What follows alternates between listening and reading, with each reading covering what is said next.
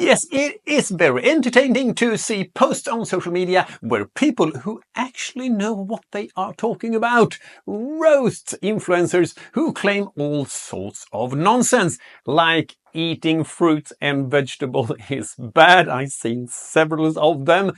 And that certain strength exercises are downright harmful, or whatever they come up with to scare you and to make you feel insecure, so you just listen to them and buy their pure and natural products.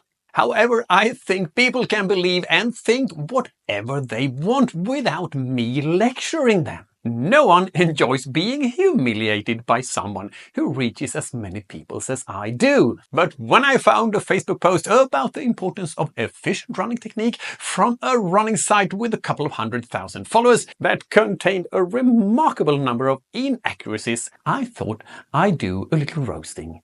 Anyway, some of the things I'm going to talk about I have said in other videos, but as I like to say, repetition is the mother of knowledge.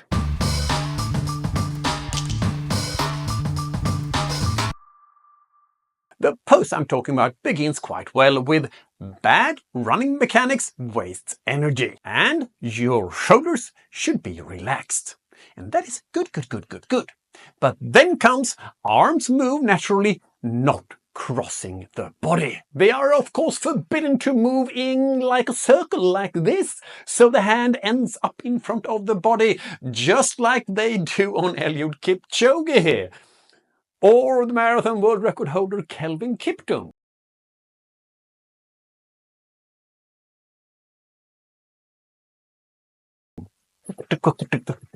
Or the former world record holders Brigitte Kosgei and Paula Radcliffe, or the completely terrible and very slow runner Jakob Ingebrigtsen. And remember, there's a difference between this and this. But they both result in the hands ending up in front of the body. And if some of the absolute best in the world in history have their hands here, maybe that's not such a bad thing. Let's continue. Next sentence is a slight forward lean from your ankles. Sure, leaning slightly forward is usually good, but firstly, almost everyone I meet leans forward too much. 3 degrees between the hip and the shoulder is fine. Already at 4 or 5 degrees, almost everybody gets longer contact time, which makes them less efficient. And then the instruction, lean from the ankle. What is this nonsense? By the way, this is the picture that goes with the pose I'm talking about. Which ankle is she supposed to lean from? Should the body lean from this ankle? Or should she lean backwards from this ankle? Because notice that everyone who has ever wanted to show leaning from the ankle always has the exact same film frame, this one. Then it looks logical.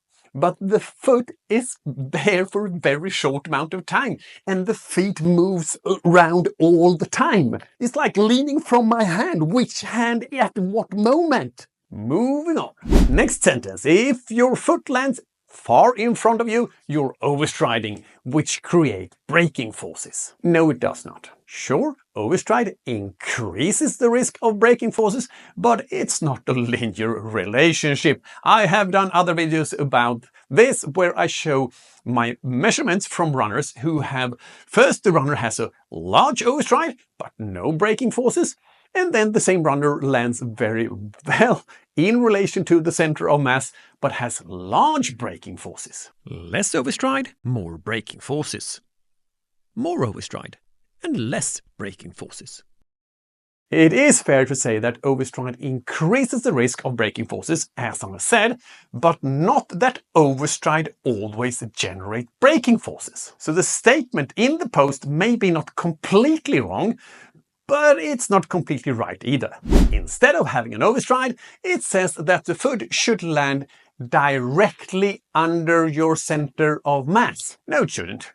You always land slightly in front of your center of mass. This is because landing is the same as touching the ground. So if you touch the ground directly below your center of mass, you will apply the force too late and you will fall over. And the faster you run, the further ahead it's okay to land, which is why it is okay to land quite far ahead of you if you run fast enough. Like here, when a world record was broken in 10K road race a few years ago. And besides, the instruction, land below your center of mass, is extremely stupid.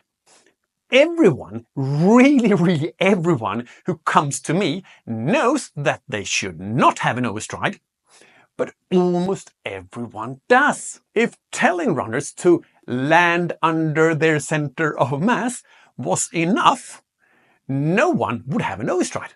And since that it is a completely useless instruction that helps no one, or at least extremely few, it is better if you actually fix what causes the overstride, which is certainly in how you move other parts of your body.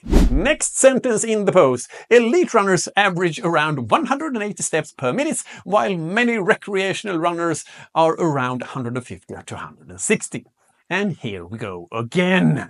Sure, there are recreational runners that have a cadence of 150 to 160, but since there has been so much talk about the importance of a higher cadence, there are quite a few who now have a very high cadence. And there is a huge difference in the cadence of elite runners. Some have a very low cadence, like Jim Walmsley, one of the world's best ultra runners, who often have a cadence around 160.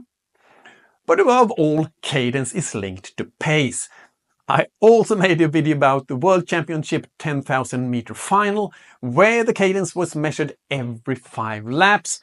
The cadence of the winner, Sir Mo Farah, varied 27 steps per minute between his highest and his lowest cadence. The same for the runner-up, Cheptegei, whose cadence also varied 27 steps per minute during the same race. Farah's highest cadence was 200 and Cheptegei's was 207.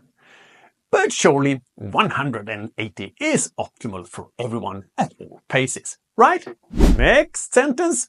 If your cadence is too low, you are likely overstriding. No. Please watch my video where I run twice at the same pace, 5 minutes per kilometer, 8:03 per mile, where one time I have a cadence of 150 and the other 190, and when I land further in front of me, I have more overstride when I have the cadence of 190 compared to 150. So stop making things up. The last sentence of the post is: efficiency beats effort. Fix your form and speed will follow. And that's actually a really good advice. It's just a shame that so much of the other advices was so bad. But if you like them, go for it. I'm not judging anyone. If a higher cadence fixed your overstride, good for you. And please note that I haven't mentioned who posted the text. As I said, I don't want to fact shame people in public. But if you really want a relaxed and efficient running technique, I think you should check out my online course, The Art of Efficient Running Technique, which you get lifetime access to. More info about my course can be found in the text below. See you in another video. Things no one said ever. Great that they have changed exactly everything on the No version of my favorite shoe.